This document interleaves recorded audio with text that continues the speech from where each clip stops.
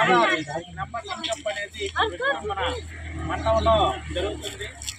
VRO అలాగే sales man అలాగే MDO దగ్గర ఉన్న ఈ పాస్ యంత్రం ద్వారా కూడా మనం ఈ ఆధార్ కార్డుని లింకప్ చేస్తున్నాము.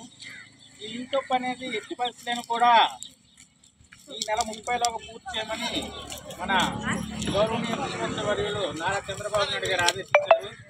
అలాగే మరి మంత్రివర్యులు శ్రీ నాదెండ్ల మనోహర్ గారు కూడా తెలియజేయడం జరిగింది. ఇప్పటికే మన మండలంలో 93% పైగా అయిపోయింది.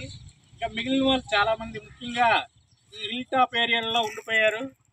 మీ చుట్టాలకి బంధువులకి మిత్రులకి అందరికీ చెప్పండి. ముఖ్యంగా చిన్నపిల్లలు అంటే ఇప్పుడే 5 నుంచి 10 సంవత్సరాలలోపు వచ్చిన వాళ్ళు ఎక్కువగా మనకి ఈ ఆధారు అథెంటికేషన్ అనేది ఉండిపోయింది. ఎందుకంటే అప్పటికి వాళ్ళకి 5 సంవత్సరాలు కాలేదు. ఇప్పుడు అలా 5 సంవత్సరాలు దాటిపోయి వాళ్ళు చదువుతున్నారు. చాలామంది మనకి ఇక్కడ ఈ ట్రైబల్ వెల్ఫేర్ స్కూల్లో గట్రా చదువుతున్నారు. కొంతమంది హాస్టల్లో చదువుతున్నారు. కొంతమంది దూరంగా ఇంటర్మీడియట్ ఏకలవ్య స్కూల్లో కూడా చదువుతున్నారు.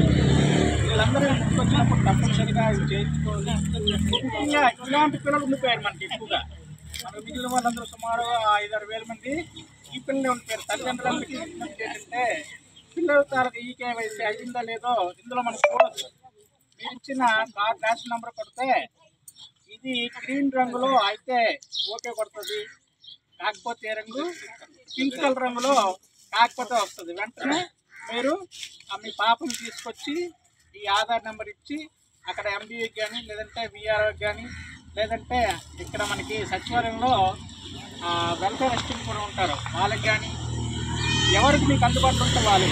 ఇప్పుడు ఎంబీఓలు అందరూ కూడా 17వ తేదీ వరకు కూడా రైస్ ఇస్తారు కనుక మరి మీరందరూ కూడా ఈ అవకాశం వినియోగించుకోవాలి.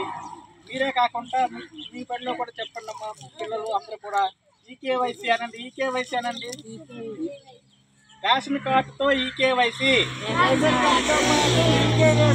రేషన్ కార్డుతో ఈకేవైసీ చేయించుకోవాలి.